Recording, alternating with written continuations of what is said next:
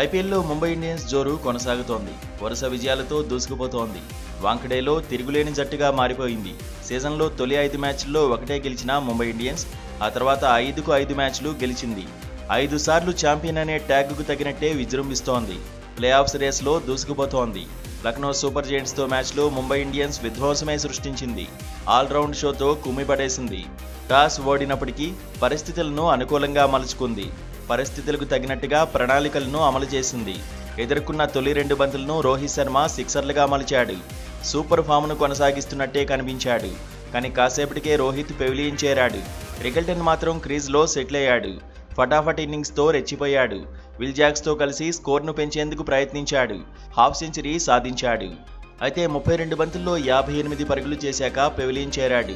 ఈ దశలో సూర్యకుమార్ యాదవ్ జోరు పెంచాడు. విల్ జాక్స్తో కలిసి కీలక ఇన్నింగ్స్ ఆడాడు. ఆ తర్వాత తిలక్ వర్మ, హార్దిక్ పాండ్యా త్వరగా అవుట్ అయినా సూర్యకుమార్ యాదవ్ తగ్గలేదు. పరుగుల రేసులో దూసుకుపోయాడు. 28 బంతుల్లో 54 పరుగులతో ఆకట్టుకున్నాడు. చివర్లో నమన్ధీర్, కార్బిన్ బాష్ కూడా మెరిశారు. దీంతో ముంబై ఇండియన్స్ 7 వికెట్లకు 215 పరుగులు చేసింది.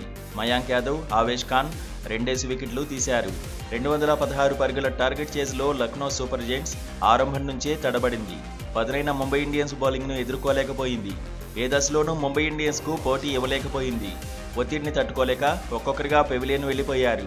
Jasprit Bumrah, Boult, Will Jacks దెబ్బకు లక్నో సూపర్ జెయింట్స్ పూర్తిగా బ్యాట్లెత్తేసింది. చివరకు 20 ఓవర్లలో 161 పరుగులకు ఆలౌట్ అయింది. 54 పరుగుల తేడాతో ముంబై ఇండియన్స్ ఘన విజయం సాధించింది.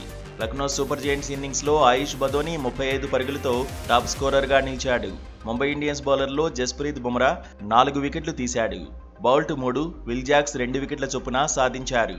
ఇప్పటివరకు 10 మ్యాచ్లు ఆడిన ముంబై ఇండియన్స్ 6 విజయాలతో 12 పాయింట్లు సొంతం చేసుకుంది.